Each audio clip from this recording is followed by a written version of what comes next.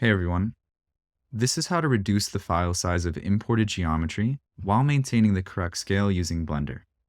I'm using the most current version, 3.51, in a default scene. I'll start by deleting the default queue and importing my geometry by heading over to File, Import, OBJ, and locating my file. I know my up axis is Z, so I'm going to change that as well. We can see that our model's loaded here in the outliner, but isn't visible in the viewport. We'll need to change the unit measurements and the camera settings to see our model. To do that, we'll start with the scene properties and change the default unit from meters to millimeters. I also know that the model I'm importing was modeled using millimeters. To do that, I'm going to change this unit scale to the conversion, which is 0.001, and changing the length to millimeters. To reflect that in my viewport, I'm going to head over to Overlays and change the scale as well.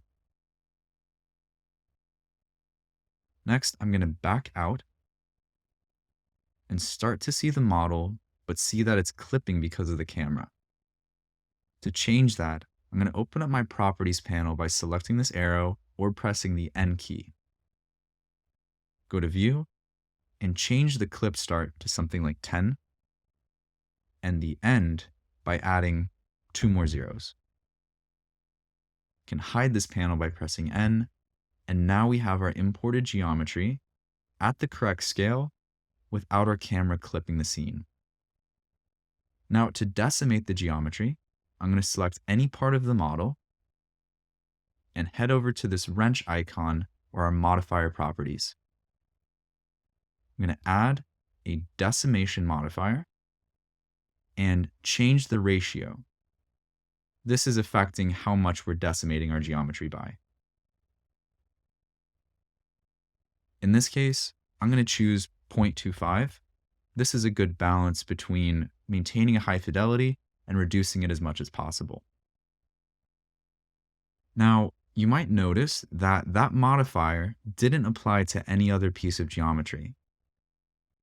To change that, I'm going to make sure that I select the entire object by pressing Alt-Z, which has an X-ray mode, so now I'm also going to be selecting the interior of this vehicle. I'm going to select everything, deselect the original object we selected, and then reselect that to make it the active object.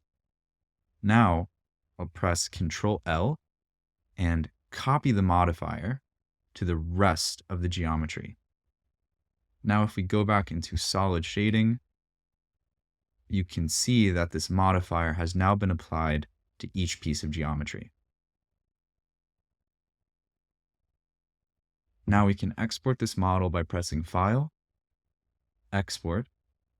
I'm going to choose FBX, and I'm going to save this locally by going to Documents, Gravity Sketch, Import Library, and then name this Decimate Geometry.